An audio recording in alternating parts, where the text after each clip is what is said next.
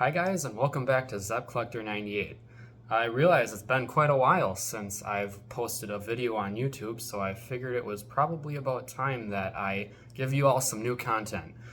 Just a little background, I finally graduated college in electrical engineering technology, and I've been working in the state of Wisconsin now with a local manufacturer for about 2 or 3 years now.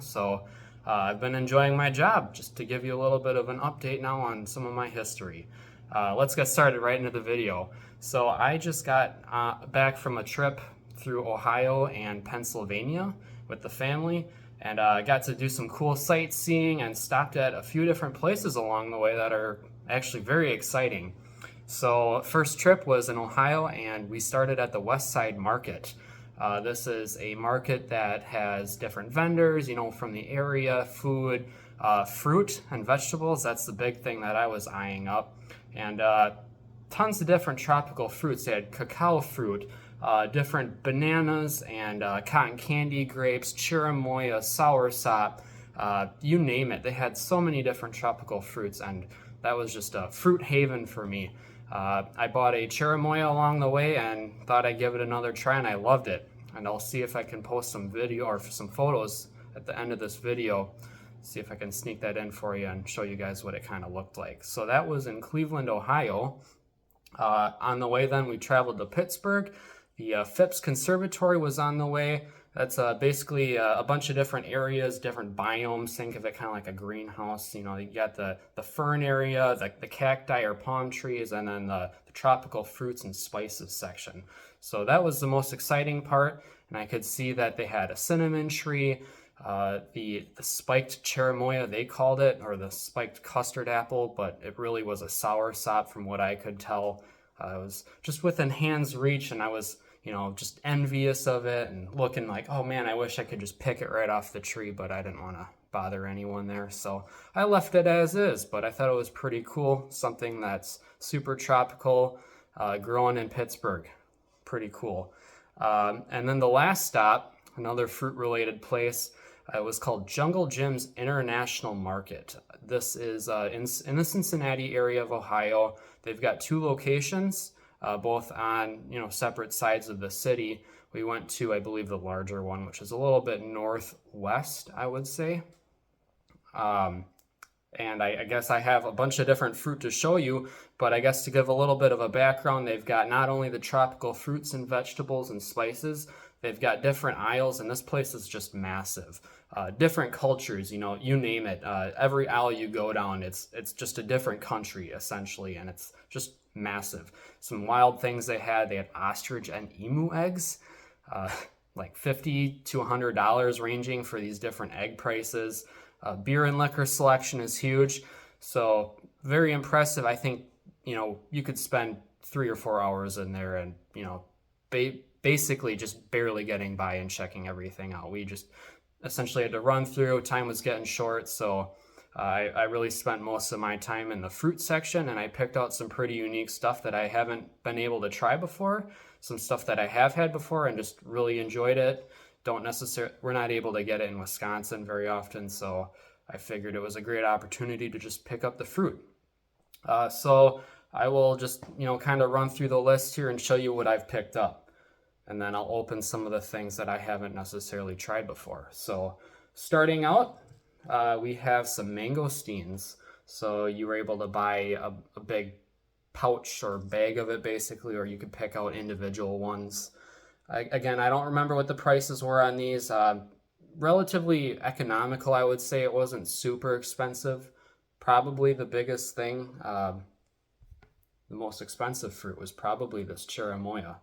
Although it looks a little bit different. It's a little bit more warty or spiky looking, I would say.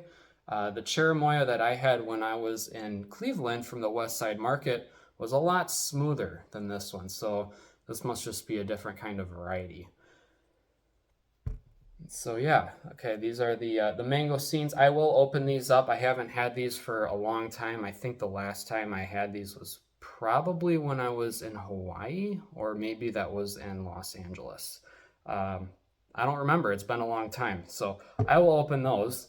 The next thing is the tree tomato. or the Tamarillo as they call it. So I guess it just looks like a tomato when you cut it open. I'm not really sure what this tastes like. I'm willing to give it a shot. I might not like it, but we will see. And before I forget, I would also like to say that Jungle Jim's had fresh durian, not frozen. Well, they did have frozen, but they had fresh durian. Very stinky. You know, you could just walk by the aisle and smell it from a few feet away. It was quite crazy. And I think they were selling those for $60 each. Quite expensive. I'm not a big fan of durian, so I just decided not to buy it. I try to convince myself every time that I would like it and should like it, but I just can't get around the smell and the weird combination of taste and texture. It just isn't my thing.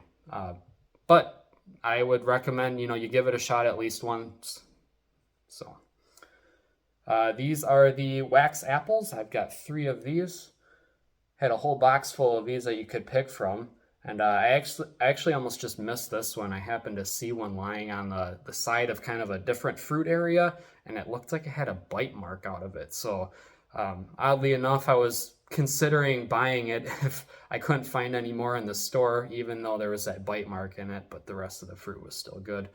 So I reached out to one of the workers there, and he directed me to the area where they sell these. So here's the wax apple, or wax jambu, I believe. They go by both names. The fruit is a little bit waxier and shiny, as you can see. Pretty firm, and I guess they're crispy and crunchy and juicy, kind of like an apple a little bit, but maybe they taste similar as well. We'll have to find out. Kind of bell-shaped, or like a pear, maybe. And then kind of weird, too, on the inside. They're kind of enclosed, sort of. So that's what they look like there. I have a feeling I'm going to like this one just because of the texture of it. It's pretty appealing. Another one here, this is a gold nugget mandarin. I have had these before, and they're pretty good. Very easy to peel, but they look pretty big, but a lot of the skin actually takes up the majority of the fruit here. So you peel it off, it's maybe a 1/4 inch, I would say, and then the rest of the fruit's there for you to eat. All right, this one's pretty cool. They had about, I want to say, 5 different varieties of banana. They had the candy apple banana, or apple banana, the mini bananas, and then a few different plantain varieties. So I don't know, this might be the regular kind of plantain you get in the store. It was separate from those other ones, so might be a little different. I don't know. Very green, so I'm going to have to let that one ripen up if it does ripen up. Maybe cook it up a little bit. This is the burro banana. I was, I guess, under the false assumption that I've had these before, but I've been to Asian markets in the local area, and what I thought was a burro banana is probably a Thai banana. They are a little bit smaller, but they have the same shape, I would say. I did have another one of these, and I tried the other one in the hotel room last night, and it was not very good or tasty. It wasn't chalky, it just wasn't very sweet. A little bit firmer, so they're probably best for cooking, I would say, and I'll try that one out as well. And then this last one, this is crazy. This is a Hawaiian plantain. It's, I don't know, a few inches wide, I would say, and just girthy. That blossom right there, that's pretty cool, where the blossom came off there. This is, again, I think you fry these up. I don't know if you can eat these raw when they're ripe or not. I always try it out just for the heck of it. If it's chalky or fibrous, I just spit it out. So I'll probably cook that one up as well, make some nice plantain chips or whatever. All right, next one is the Thai guava. I believe these are just the white fleshed ones. I have had red fleshed or pink fleshed guavas, and I actually prefer those. I think they're a little bit sweeter. Not necessarily juicier though, surprisingly. But yeah, those ones are my preferred choice. So Thai guava, I've had these before. There's nothing too special for me, at least on those. And then I showed that cherimoya, which maybe kind of looks like an Adamoya, but I haven't had one before. It just kind of resembles the spikiness, I would say. And then the last one I have for you is the Pink Glow Pineapple. So you look at it, all right, you can't really tell that it's pink. The fruit on the inside, when you peel it or cut it, is actually pink fleshed. And then you might notice that the top is gone. Well, Del Monte, they cut off the top, presumably to, protect their investment, but also to regrow the next pineapple crop. So that's why that is missing there. Don't tell Del Monte, but I'm going to try and grow this one. So it kind of looks like, still pretty green, not dried out. There might be enough there for it to sprout. We'll see. Hopes aren't high, but it's always worth a shot.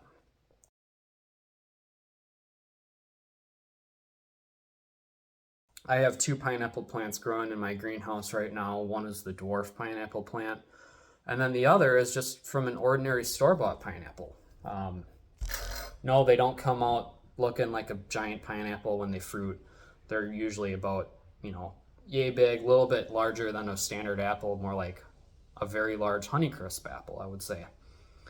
So, all right, I'm going to start with the wax apple, just because this is the most appealing one to me right now. So I'll just cut off the top here, slice it down lengthwise, see what the middle looks like.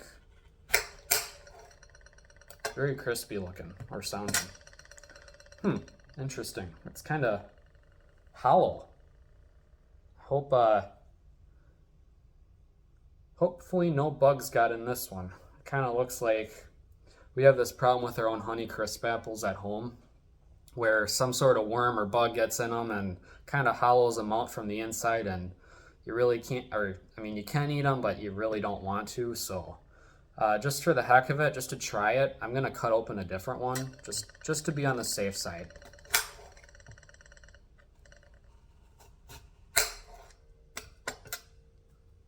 Okay, yeah, this one looks a lot better. This one does not have that weird hollowed out center, so I'm gonna eat this one. I did not spend a ton of money on these. I think it was probably under $5 for all 3, so I'm not really worried about it.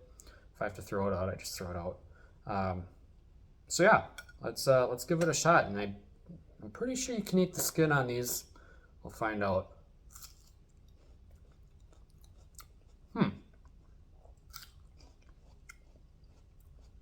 It is a very light flavored fruit. Definitely has the taste, or the texture, I should say, of an apple. Kind of floral, maybe? That's the taste. Well, it's definitely not bitter. It's just very light. Just a delicate sweetness to it, not super sweet. So I'd say it's pretty refreshing, though. It's juicy, that's for sure. Interesting. Maybe like if an apple were to be not ripe without the tart part, that's probably how I would describe it. Next fruit, I will go with the tree tomato, or Tamarillo. Again, I'll cut off the top part, slice it down the middle without cutting my fingers.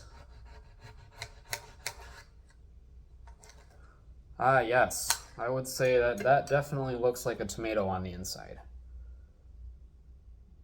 So you got the little seeds there that kind of resemble the tomato with the jelly middle. That's an interesting smell.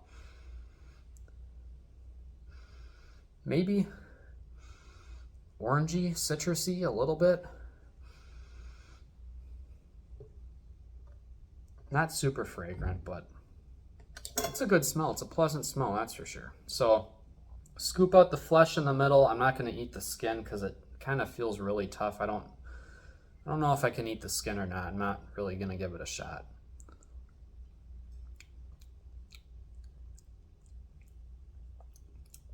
Definitely acidic. A little bit more tart. It kind of gives a little zip taste, I would say. Not super sweet.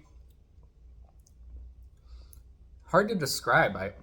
It is a tropical tasting fruit, that's for sure. mango, pineapple-ish. That's as close as I can name it. There's no words that can really describe it other than that. Tastes good though. I like that.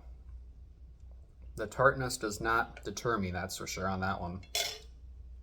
I usually navigate towards the sweeter fruits, but that tree tomato is actually pretty tasty.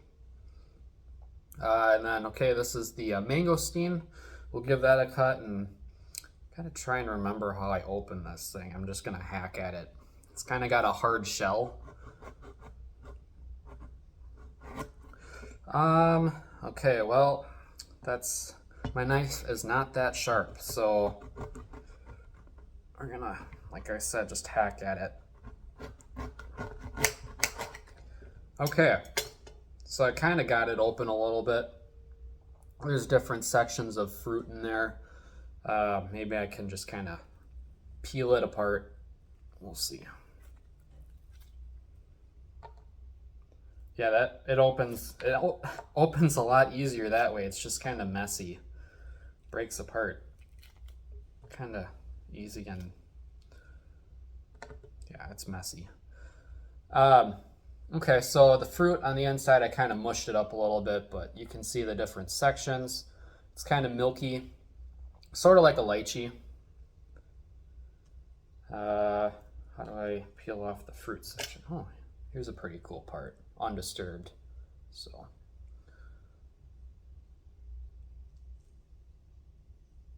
doesn't feel the greatest. It's kind of weird feeling, mushy.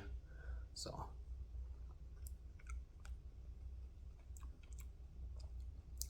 not as sweet as I remember it tasting, but like I said, it's been a few years, so I don't really remember a whole lot. I thought there were seeds in here too, but I could be mistaken. There's like a seed section without seed, so I don't know. Tastes good. Not as sweet as a cherimoya. Again, it's a little bit more of an acidic fruit, I would say. I know they sell juice flavored drinks with mangosteen in them at Asian markets typically. I'd say that's actually a pretty similar taste. Sometimes those are hit or miss, but mangosteen is very hard to find. I believe they were actually banned at one time from import into the US. Now they just irradiate them just to prevent any bugs from hopping on with them. So it doesn't look too appealing to eat, I guess. It's kind of gooey. It's like a giant booger maybe. I don't know. Tastes good though. Okay, well, I have some stuff to clean up here, and I will return on another section here. Just wait a little bit, and I will start opening up this pink little pineapple. Okay, I am back, and we will get started on this right away. So I'm obviously not going to cut the whole pineapple up. I'm just going to cut a little section off and show you and give a little taste test. And then I'll save the top part as well. So we'll actually cut that off right now. This was only $10, so I was willing to pay that kind of money for something that I've never had. I know in Ohio, the soursop's at the West Side Market, that was $20 a pound, I believe it was, or maybe it was $25 a pound. And the lady wanted $27 for the soursop, and I was debating whether I should get it or not, and I probably should have gotten it because now I haven't had it for a while, and did really want to try it and be able to compare it to the cherimoya. There's always next time. So all right, this is the top part. So not super pink, but you can definitely tell that there's a hint of pink to that. So yeah, that's the inside there. Give a little sniff test here. Smells just like a regular pineapple, no noticeable difference in smell. And then, let's see, what's the best way to go about this? I'll just cut a little sliver off here. Probably shouldn't be cutting towards myself, it's not a good practice. But c'est la vie. All right, so here's a little section. Pink pineapple.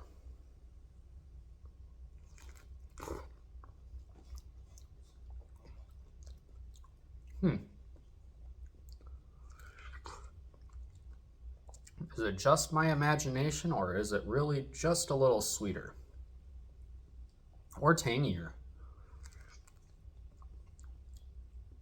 Or not as sweet?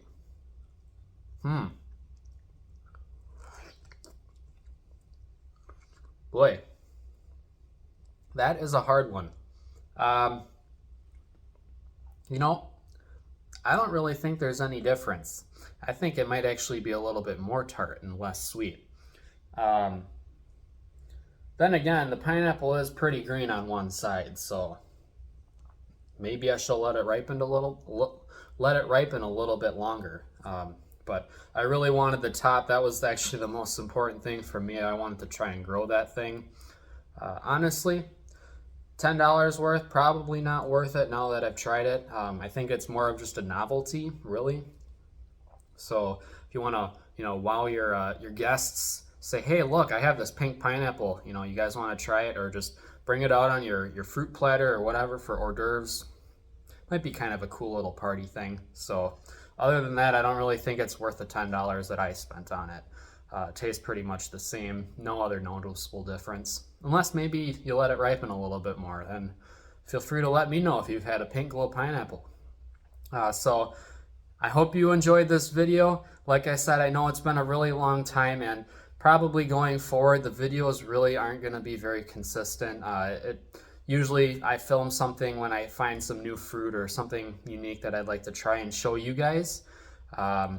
So thank you for watching, and enjoy the rest of your day.